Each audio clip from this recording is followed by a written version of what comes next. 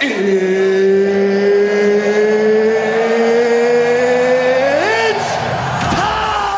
is up, guys? We've got the undefeated Philadelphia Eagles hosting the Washington Commanders. I almost said football team. Washington Commanders for Monday Night Football. Hey, man, this is a division rivalry game, man. Anything can happen. We saw last week against the Texans. They kind of put up a fight. I'm wondering if the Commanders can do the same here. We'll find out. Ellie, what's going on with you, man? How are you? I'm doing pretty good. As you can tell, I'm back in my office, still working out some kinks. I promise I don't have lights just reflecting off the back of my wall. It's just how it looks here, guys. So shield your eyes when you're looking at me, because I know that's why you watch, is just to stare at me. Hey, let's talk about last night. How'd you do? Not great, man. I did all right. I think the one thing that I messed up on was I was hand building, and I had a lineup with DeAndre Carter at captain. Oh, man. And I was like, I don't know if I want to do that, so I swapped them out. But look, we said that you needed to make sure you had one of those wide receivers, and the dude had a night. Yeah, he sure did. Eli Mitchell got a lot more work than I thought he was. I still thought he was a good play at $200, even if he got half of the work he got last night. The one thing that absolutely freaking killed me, man, was that Jimmy G rushing touchdown. Mm-hmm. That killed me, like 100%. That just goes to show how important it is. If you get one of these quarterbacks that rush for a touchdown, it changes everything.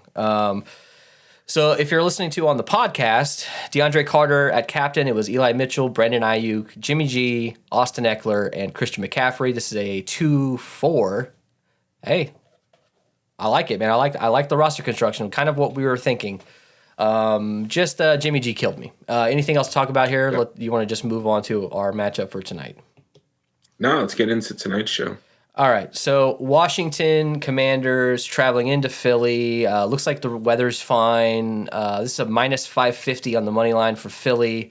10.5 points. It was a 43.5 total, and huge ownership difference here. Look, we keep saying this, man. We keep running into these mismatched sort of showdown slates, and especially with division rivalries, man, this is the NFL. Anybody can show up, especially on these island games, in prime time. So how do we handle this, man? Everybody and their brothers playing 5-1, 4-2 Philly, especially with Jalen Hurts at captain.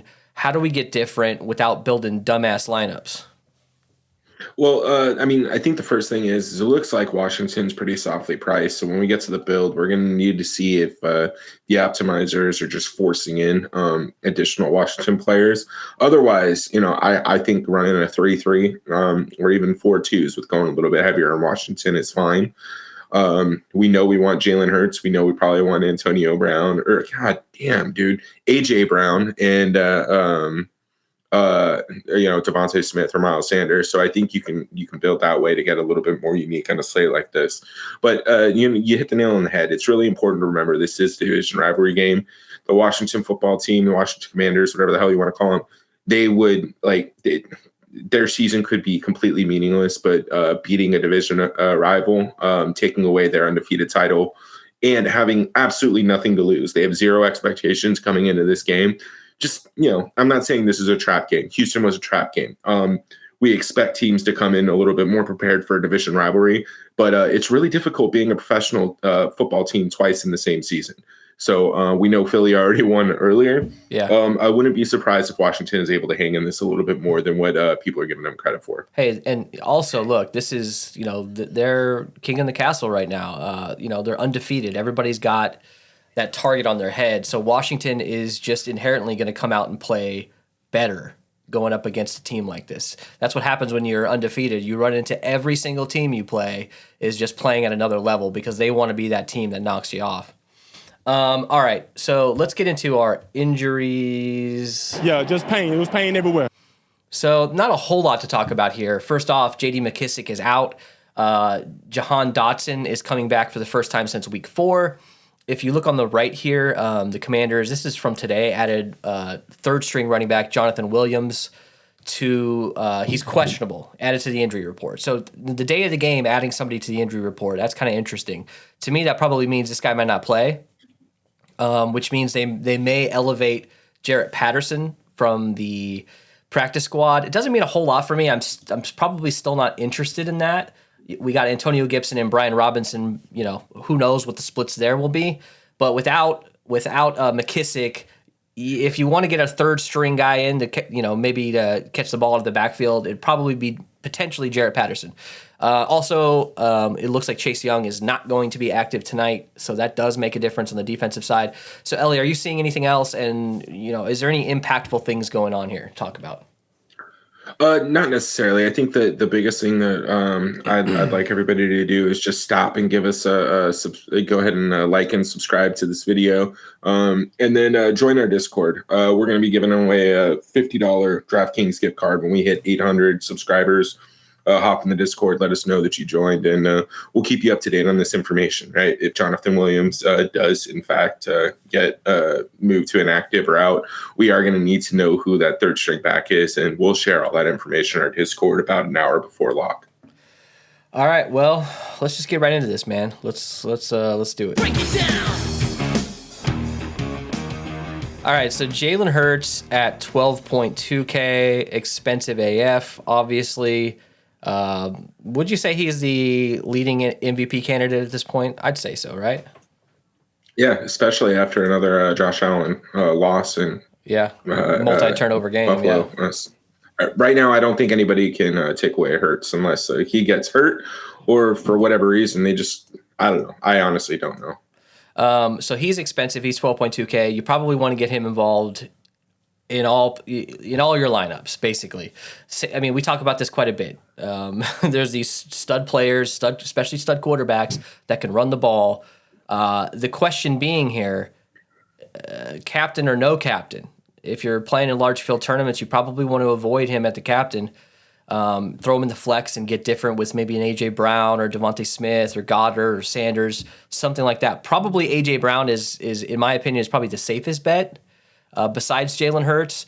But let's talk briefly about, putting him in the captain spot. Are you interested in that? And then we'll get on to Taylor Heineke.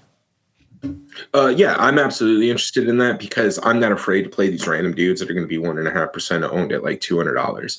I know it's risky to do stuff like that, but when you're playing a guy who's probably going to be 25%, rostered at the captain spot, you need to find different ways to get different. I don't mind playing him there, but again, like there's going to be a handful of lineups that everybody's going to be running with Hurts at captain because salary restraints are going to require you to keep it pretty tight. So if you have a couple punts that you're willing to absolutely just throw in there so that you can get those extra points, then I think it's fine. Otherwise, he's just going to be locked into my flex spot. But I will not have a lineup fading Jalen Hurts. Yeah, he will be in 100% of my lineups. There's just no reason to. I mean, look, even if he, at a certain point, yeah, maybe we don't. You're not going to need a lot of Jalen Hurts if this is a blowout.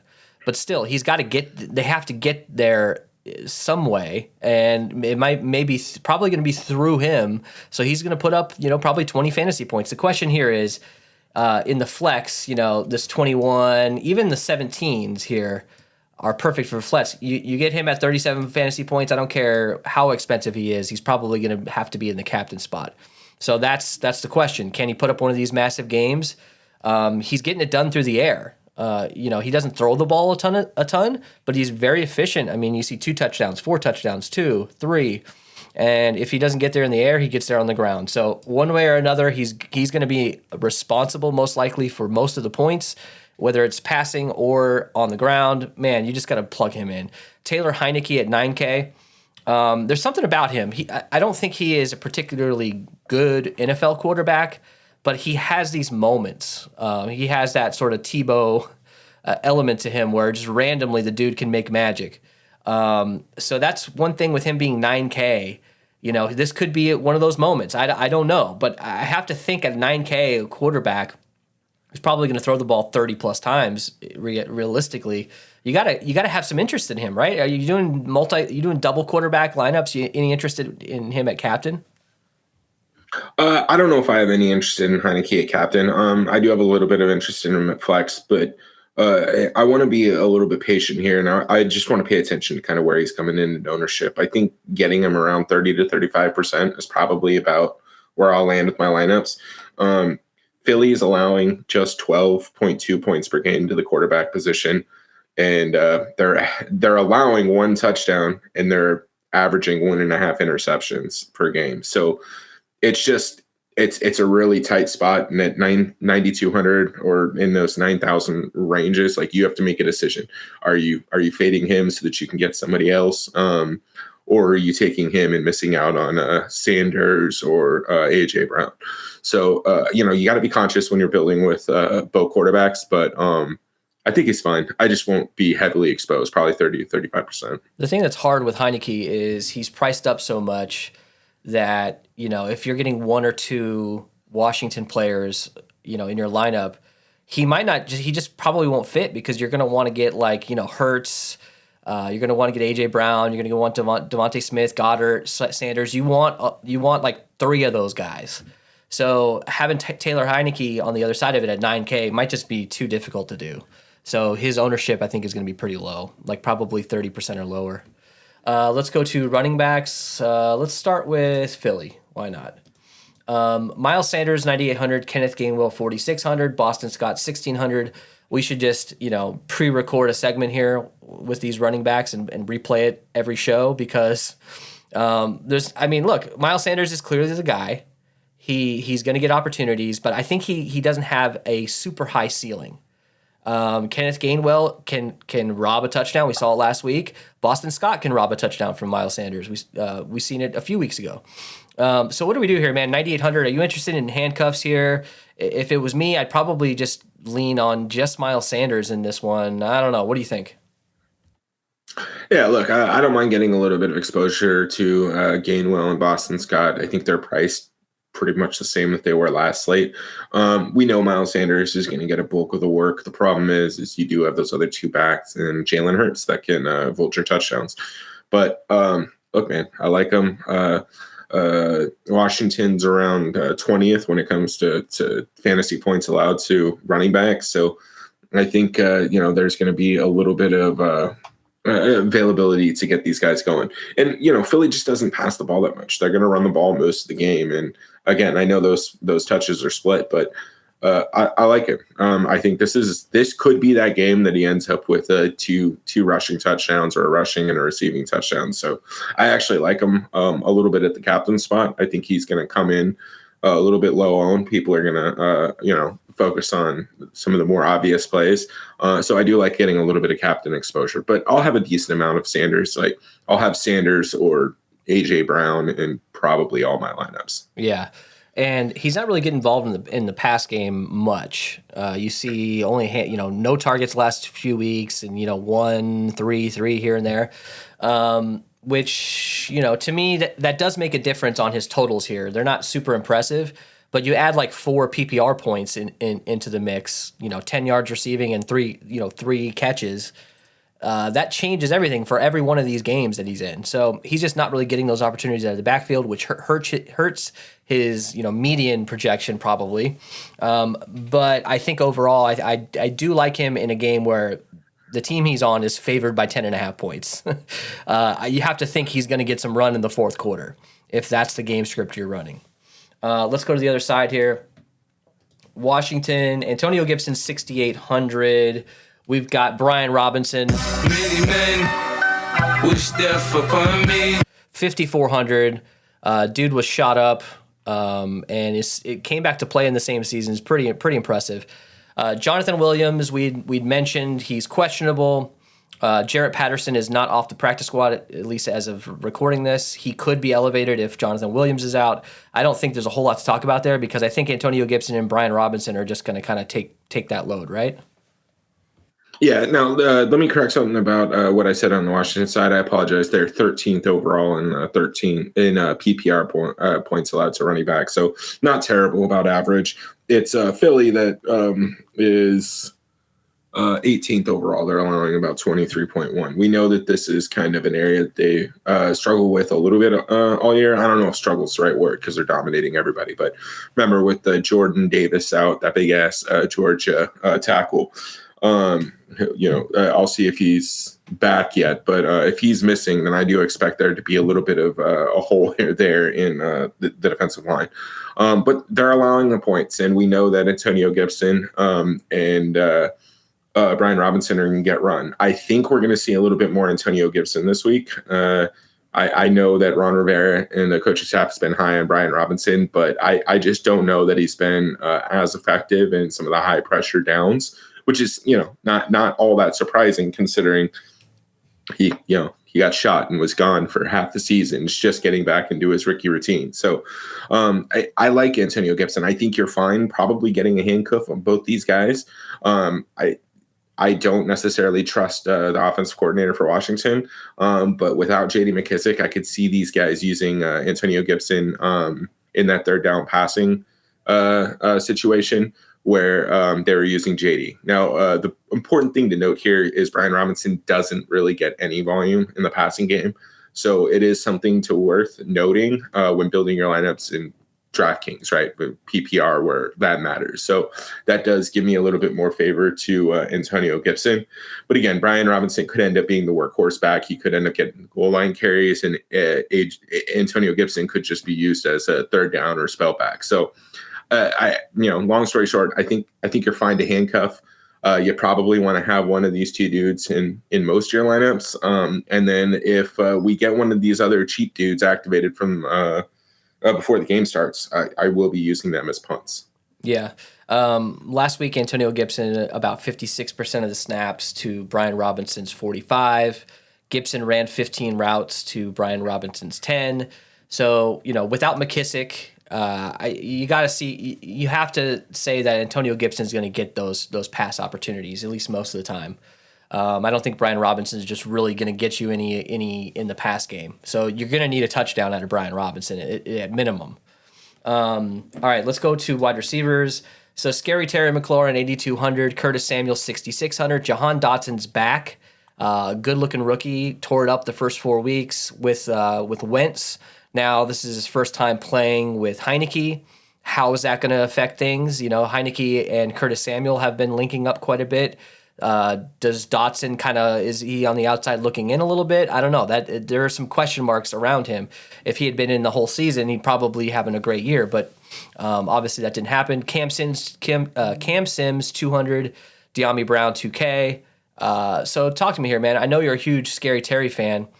What's going on with him? And 8,200, can we trust him today? And is he a good captain option? Yeah, absolutely. I mean, the only thing that I'm a little bit interested in is who's Darius Slay going to cover. I expect him to kind of stay on McLaurin if McLaurin is playing outside wide receiver, but I can also see Curtis Samuel getting a little bit of that coverage as well. But look, at the end of the day, at least last year, we saw Washington run about 75% of their plays out of 3 wide receiver situations. So you're going to see all 3 of these guys on the field at the same time.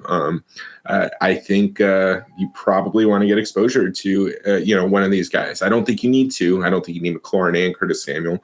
But you're probably going to want to have one of these dudes. And to your point, Jahan Dotson, I don't know. Like he might be taking over some of that Terry McLaurin explosiveness. I mean, what did his last game before he got hurt? He had 2 touchdowns or something, and he had 2 touchdowns week 1, and then but still 18 fantasy points, 17.9. He had a down game of 3 versus Philly, go figure, and 13.3 in his last game before he got injured.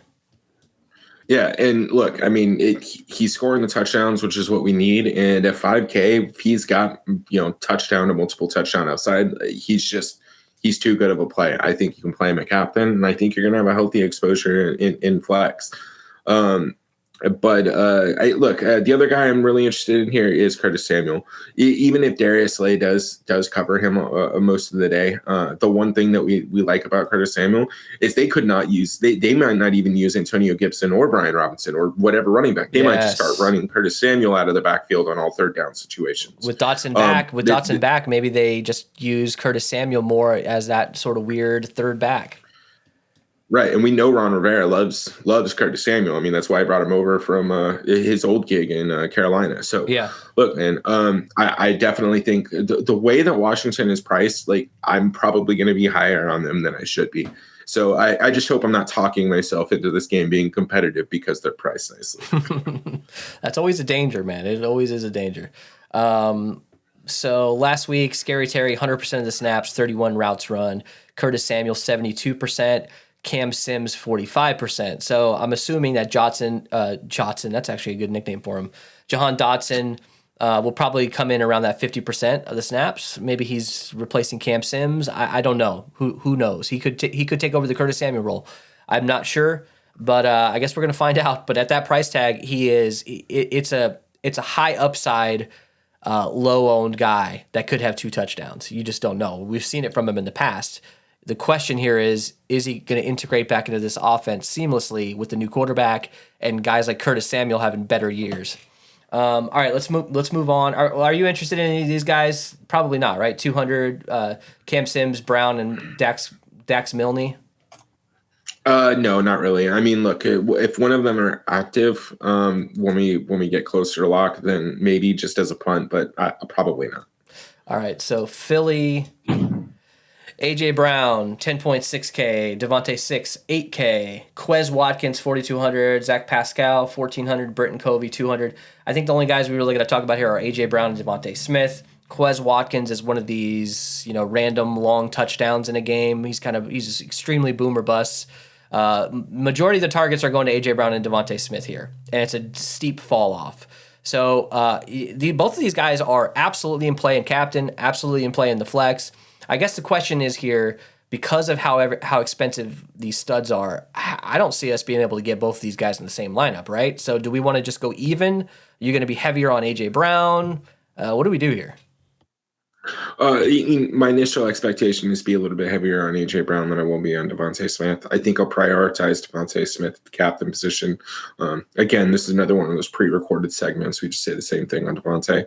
But look, at 8K, you can get a little bit of exposure in the flex. He's not going to kill you if he has a middling performance, 10, 11 points. In fact, he'll probably be needed. But he also can end up with 2 touchdowns, long touchdowns, and big points, right? And that's where I think I might prioritize him a little bit more in the captain spot. And that's kind of just his production here, right? You got 4, 7, 15, 18. Like those 15 and 18 point games probably would be beneficial to have him at the captain spot. But the other ones, like, 4 points out of your flex at 8K isn't going to get it done on tonight's slate. So, just got to find the guy that you think is going to work there. I'm prioritizing AJ Brown as much as I can. And then I'll kind of sprinkle in some Devontae Smith in the flex where I'm unable to get to AJ Brown. If you want to convince yourself to play him, if you're into that, the 33.9 fantasy point game, 12 targets, 8 receptions, 169 yards and a touchdown. That was against Washington week 3. So there you go. Yeah. So go ahead, man. The other guy that I'm kind of interested in here is Zach Pascal at 1,400. He's an underrated blocker. He will see the field just because he adds that ability to block. And I mean, look at that. Yeah, 2 targets, 2 receptions, 57 yards, and a touchdown. At $1,400, something like that is exactly what we're gonna need. What did he have against Washington last time he played? I think 0. he was in there. 0. 1 target. It was 0. Oh, okay. It was Quez Watkins that was in the optimal last time. Quez Watkins, yeah.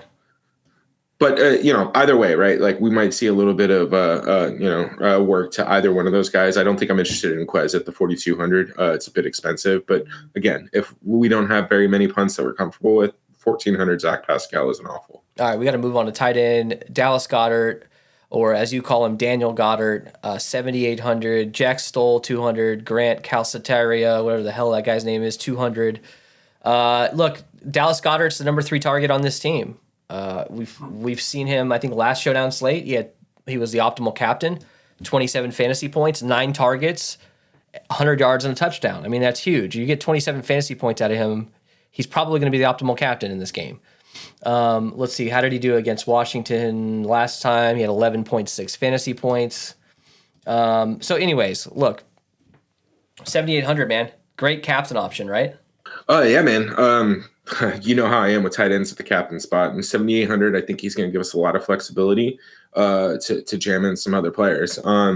Spoiler alert: he is not my primary choice at captain tonight, but I do think he is going to be fairly chalky. So that's why I'm going to be trying a little bit different things. At 7,800, he gives you a lot of flexibility. But a couple of guys I'm interested in here a little bit are Jack Stoll and Grant Calculator. You know, they're going to be involved. They're going to. This is a running team. They're going to put tight ends on the field to help push the ball downfield. I think Calculator had a touchdown pretty recently, right? Or he had a target in the end zone. Yeah, 5 fantasy points. Yeah. There you go. I mean, that's exactly what you need from one of these guys at $200. And then same with Jack Stoll. He's going to get a little bit of volume. He's going to be on the field. So $200. We need guys like this to play. All right, let's move over to the other side.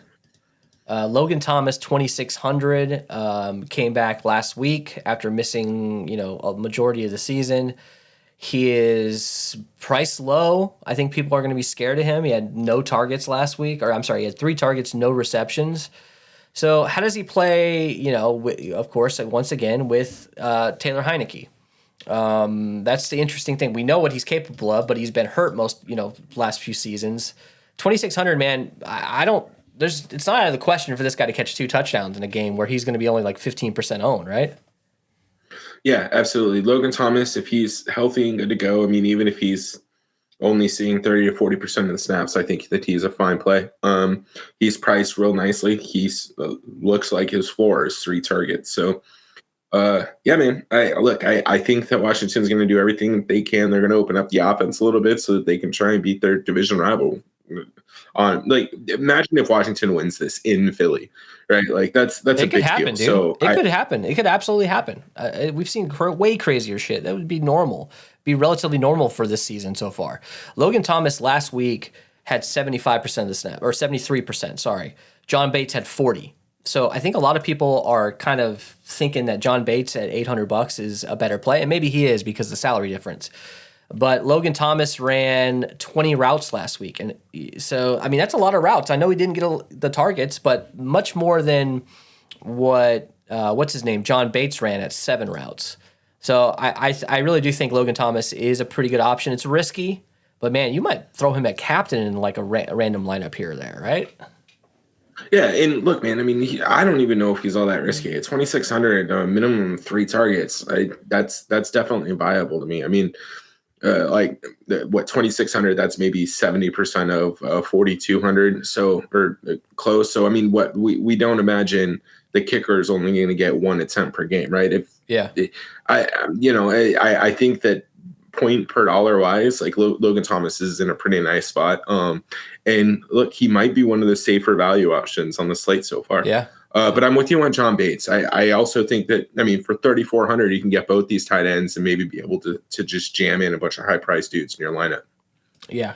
All right. Let's move over to kickers and defense. Jake Elliott, 4,400. Joey Sly, 3,800. Ellie, you had a pretty interesting stat that you threw out before the show. What was that? Yeah, Jake Elliott, or God damn it, Jake Elliott. Philadelphia is only allowing 3.9 points to kickers, fantasy points per game. That's number 1 in the league. Now, it's probably because they're up by, a touchdown, 10 points, pretty much the entire game. They've been dominating everybody. So if you think that this is going to be more lopsided, I really do think you can just fade Joey Sly altogether. I think Jake Elliott, I'm going to want a little bit of exposure to. Washington gives up like 8 or 9 points on average to kickers. And again, there's just not a whole bunch of value, just clear-cut value that I'm comfortable getting to. So I think I will have a little bit more exposure to Jake Elliott than I normally would. So I said this last week. I spent way too much time talking about this in the last show against the Texans. Jake Elliott is projected to be between 25 to 30% owned. He's $4,400. He's going to be popular, and his best game of the season was 10 fantasy points against Dallas. He's only attempted 2 field goals over 50. He missed one, made one. So why the hell is everybody, why is everybody on his balls here, man? Like 27% owned. I don't know, man. If that's me, I'm doing this. I'm unchecking his ass. I don't know. That's just me. So the one thing I will say on that, and I think this is a good like kind of strategy note when it comes to building, is this is why like I'm not necessarily on Showdown Slate specifically, I'm not necessarily worried about maxing out my salary, right? If you're close to if you're getting in that 48,000 to or 49,800 to $50,000 range, that means you're probably forcing in as much of the kickers as you possibly can get because they're going to be the ones that are going to get you right under that gun.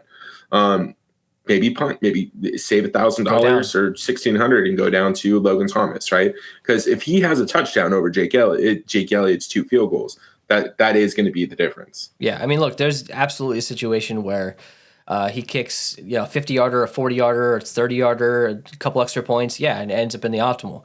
But at 27% owned or whatever, if I uncheck him and he gets 4 fantasy points, that 25% of the field is done for. You know what I mean? Boom, instantly. All right, let's go to defense Eagles, 6,400. We've seen them priced up quite a bit. I think they were at 7,800 or something last week. They're at 7K against Houston. Now they're down to 6,400. Commanders defense 3,200. I'm probably not interested in them at all, but hey, we've seen crazier things. All you need is a fumble recovery in the first quarter for a touchdown by Washington, and that might pay off that $3,200 salary. Eagles at 6,400, they're going to be 25% owned probably, and they're probably going to be like 5% owned in the captain, because that's just what you do on these showdown slates. You throw Eagles at the captain spot. Are you interested? Do we have to kind of be with the field, or do you want to be above or below? What do you think? I think he could be below on the field. Look, this is a division rivalry game. I think we've said that 400 times. I think I'm more skeptical taking defense in a division rivalry. Yeah, they had 15 points last time they played Washington, 7 against Dallas. Like, it's just tougher. Again, like playing the same professional team twice in the same season in the NFL is difficult.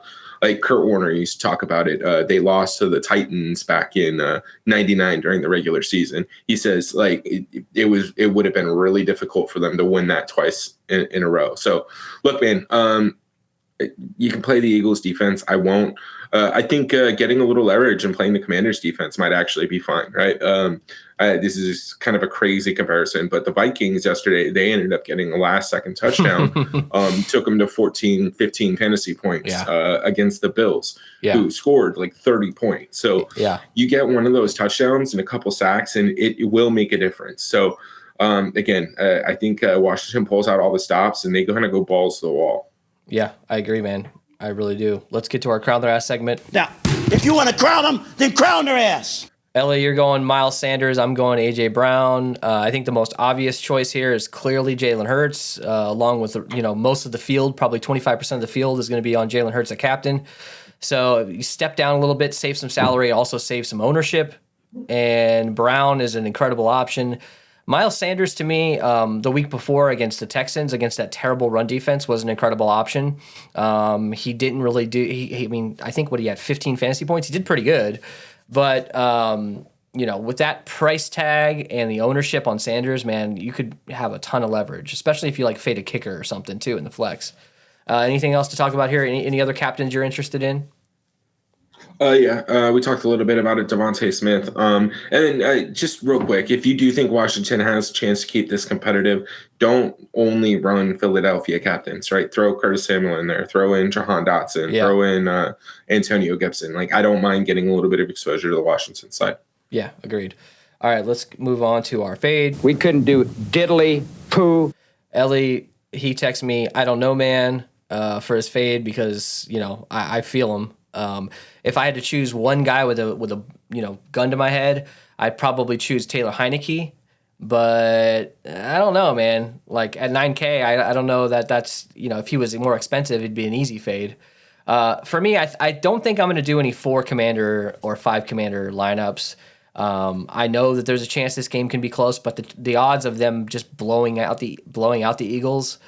Or putting up a super high offensive day are probably pretty low. So I think 3 still gets you different enough. I don't think you need 4. Of course, as I say that, they're going to win 52-7 or something, some weird. All right, anything else to add here? Yeah, if I say from now on my fade, like I might just start hedging with a touchdown bet on DraftKings. Yeah, you Because should. my fade last night was Jimmy G, and of course, rushing touchdown. But I agree with you on. I mean, that was BS, dude. We have to literally. I need to tattoo that somewhere on my body to remind me that every time Jimmy G plays, he's probably going to steal a touchdown from the running back. It should have been Eli Mitchell. Should have been Eli Mitchell. He's right there. Multiple attempts in the 5 too. Like it should have been Eli. And anyways, even if it was Christian McCaffrey, great. You know what I mean? Yep. Fine. I can absorb that in the flex, but him scoring a touchdown, quarterback scoring that touchdown, oh man, that is brutal. Which brings me to my next point here. Jalen Hurts, we could see a rushing touchdown. We could see 50 yards rushing out of him, and we could see 300 yards passing. Everybody's going to put him in the captain spot. Let's put him in there and click go and see what happens. So Hurts at captain, John Bates, Brian Robinson, Antonio Gibson, Devontae Smith, and A.J. Brown. The John Bates thing is interesting. This doesn't feel like a very good cash lineup or, single entry, but maybe not. I don't know. I could be wrong. What would you do differently here?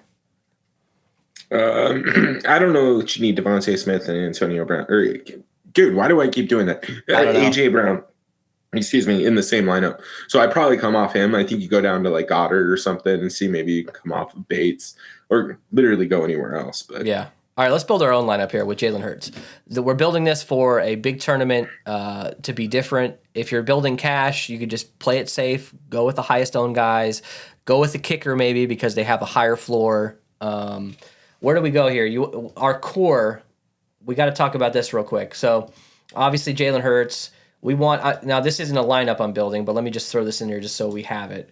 So AJ Brown, Devontae Smith, Dallas Goedert, and Miles Sanders. So obviously this isn't a lineup here, but I think what you have to do is obviously I'm letting the optimizer jam in as much Jalen Hurts as they want, but between these 4 guys, I think you got to try to jam in 2. Don't you think? Yeah, I absolutely do. Now, granted, I am going to have lineups where I'm running 3 or 4 Washington. So I think let's focus on getting a balanced build with 2 or 3 of this core, and then seeing what we can come back, and then we can try my my 4 Washingtons. All right. So who do you want to start with here? I think right there is where we start. Jalen Hurts and AJ Brown. Okay. Do we want to do a 2-4? I mean, a 3-3 or a 2-4 would get you slightly different, without having to go too crazy with a weird $200 punt if you didn't want to. So what are you thinking?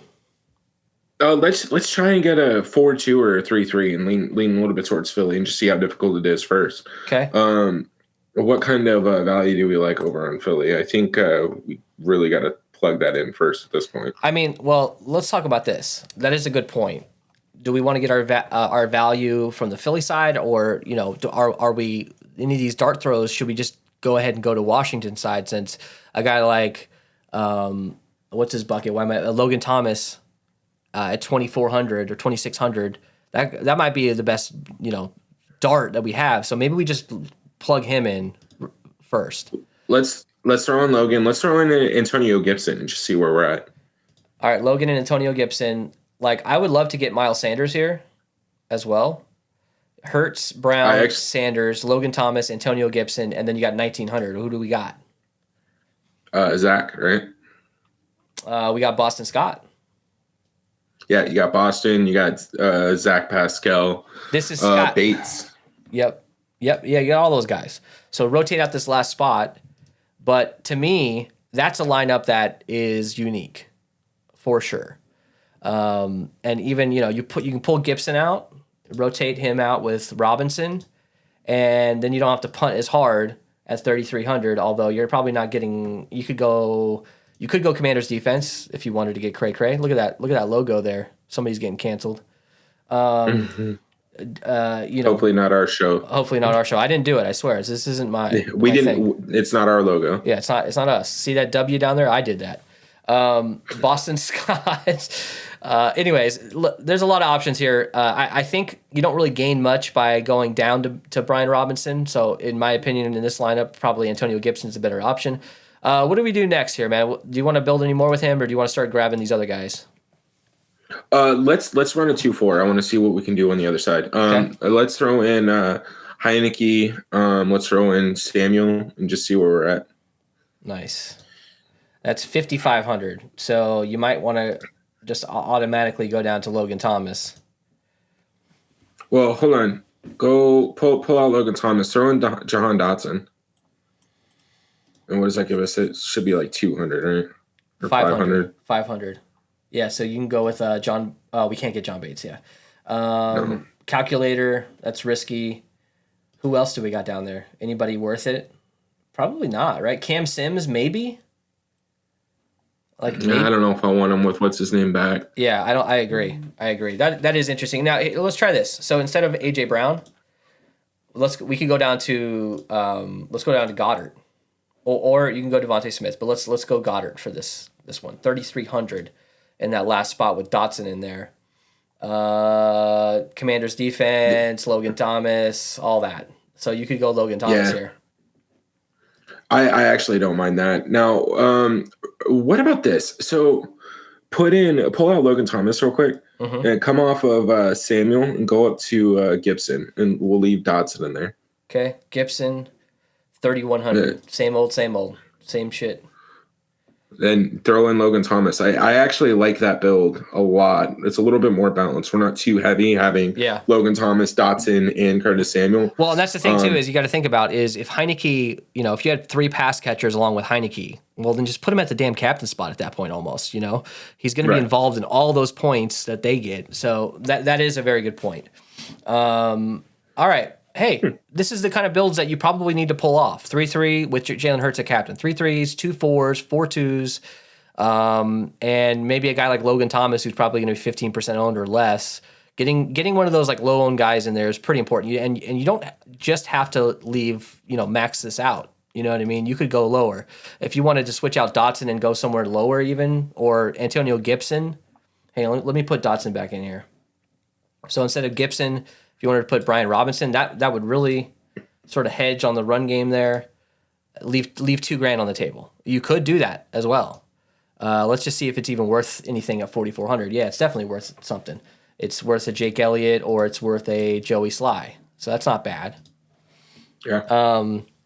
So I mean, look, I don't think this would be a cash lineup necessarily, but you kind of see what we're doing. I think Taylor Heineke in a single entry or cash lineup is probably a good option at $9K just because he's the quarterback. Let's move away from Jalen Hurts since we've kind of covered our bases there.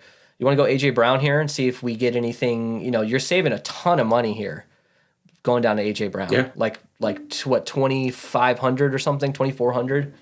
So let's automatically put in Jalen Hurts. You want to do a 4-2 here? Yeah, let's do it. So probably Miles Sanders, right? Let's do Miles Sanders and Boston Scott. Let's just fill out our 4. I actually don't mind the handcuff here. This is Scott, 10.5. So you want to go middle of the road? You want to to do a Scary Terry or something here? And we might be able to get. We can't quite get Logan Thomas, but almost. Throw in, let's start with Scary Terry and kind of just see where we're at. What does that leave us at? 2,300? 23, that gets us De'Ami Brown, not interested. Boston Scott, we already got. Pascal, John Bates. So it's probably one of these situations, McLaurin and Bates. So you're hoping McLaurin has, 100 yards and a touchdown, and then Bates has 1 reception for a touchdown. We could go to Curtis Samuel instead. Sorry, was that what you were going to say? Yeah, I was going to say Samuel or Gibson. I mean, it's a $200 price change, so I mean, we're pretty fine either way. Yeah, let's go to Curtis Samuel, 3,900. So not quite kickers. Well, actually, you can get Joey Sly.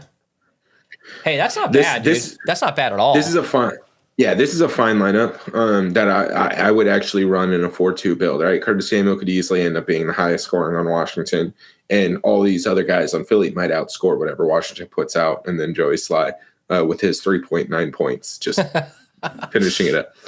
But or you could go down. This is what you're looking for. Yeah, I mean, or you could just go down. Where's he at? You could just go down and do this.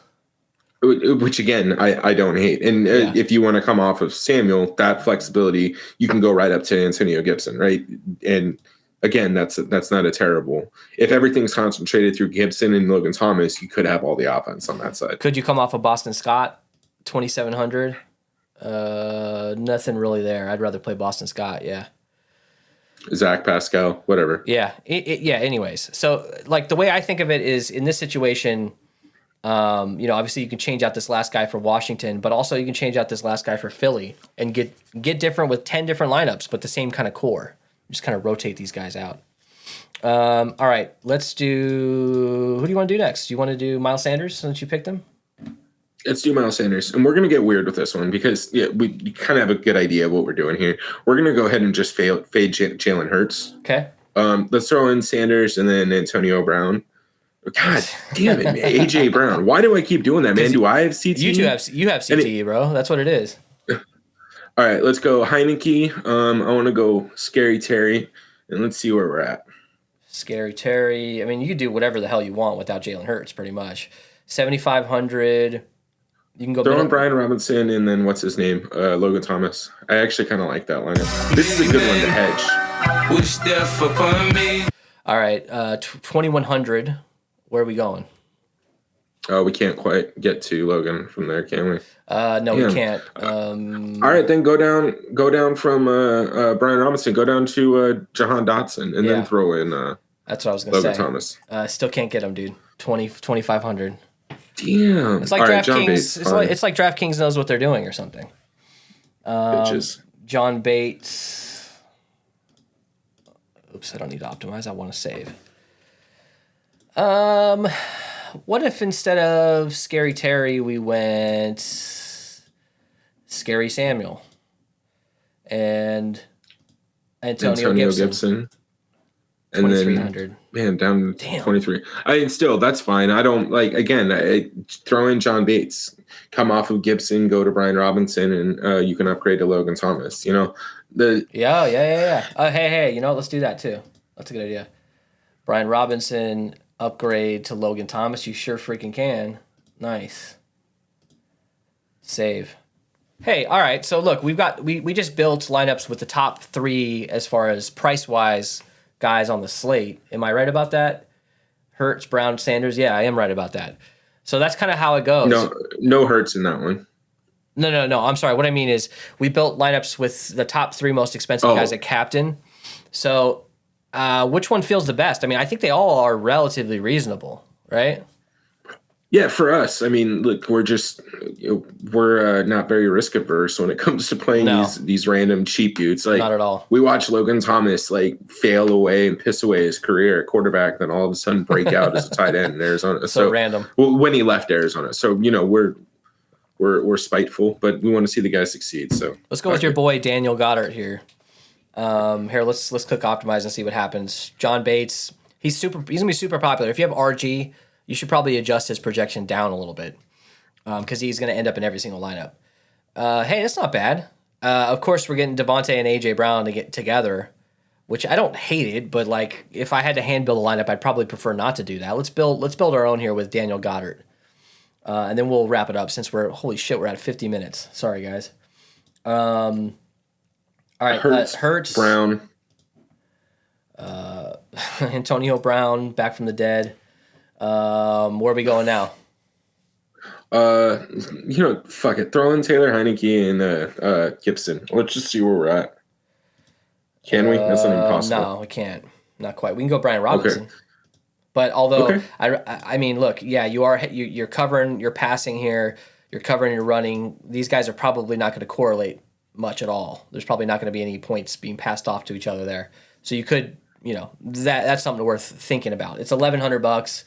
You can't quite really get anybody but John Bates. I in this case, I say we F off Heineke here and go with like Scary Terry maybe or Curtis Samuel. Yeah. Throw in Scary Terry. It's awkward getting him in. That's one thing that I am seeing here. It is. It sure is. He might get forgotten about. So let's throw in one more Philly player here, probably Boston Scott. Yep. Yeah. Not terrible. I don't hate it. You want to do one? Go ahead. Sorry. Goddard just gives you a lot of flexibility. Yeah, he does. And now to answer your question, yes, and go ahead and put Logan at captain. Thank God. Well, dude, because we were about to build an Eli Mitchell lineup yesterday, and I was like, I'm not gonna waste the time. I'm gonna waste the time now. Optimize. Antonio Gibson, Goddard, Devontae. We did enter. By the way, we did enter Eli Mitchell captain. We did enter it. Yeah, we just didn't build it on the show. Yeah. All right, here, let's build. So Hurts, let's get all our studs. Let's get AJ Brown. You could do Devontae Smith if you wanted. Let's get Miles Sanders. Let's do. You want to throw in Heineke here, or do you want to do like Antonio Gibson? Let's go Antonio Gibson. Leaves us room for a ton left here. Samuel. Curtis Samuel. Yeah, it's 3-3. Hey, there you go. That's not bad. I like that. Yeah. If you want to do a 2-4, just go down to Eagles defense even. That's pretty nice. Or just go all the way down to Kenneth Gainwell or Jake Elliott or something. But I think 3-3 is working out with this particular lineup. So, all right, Ellie, now that we've built a handful of lineups, what'd you learn? Stick with the studs at captain, or run a couple of these random dudes, random dudes that are like under 5K. Like, any interest in that? Yeah, I probably have a couple. I mean, the slates have been more efficiently priced than we've seen in the past, especially without any real low or cheap value that we're comfortable playing with. So, look, man, I'll probably have way too much Logan Thomas the way that it looks so far. Hopefully I'm not stealing words out of your mouth when I think he's going to be the low-owned dude that scores. But I think he's going to score 2 touchdowns. So yeah, I'm going Logan Thomas here. He's going to be low-owned. He's priced well. He has the upside. Hey, the Commanders, I almost called them the football team. Commanders really have nothing to lose here. They're going on the road. They have nothing to lose. National television. Heineke's coming out. He's one of these underdog-type guys that thrives in these situations. I do think that this game can be a little bit closer. And look, the Eagles, they're probably going to lose one of these weeks. Is it this week? It could be. It very well could be. What's your score prediction? 27-17 Washington. Wow. Hey, it could happen.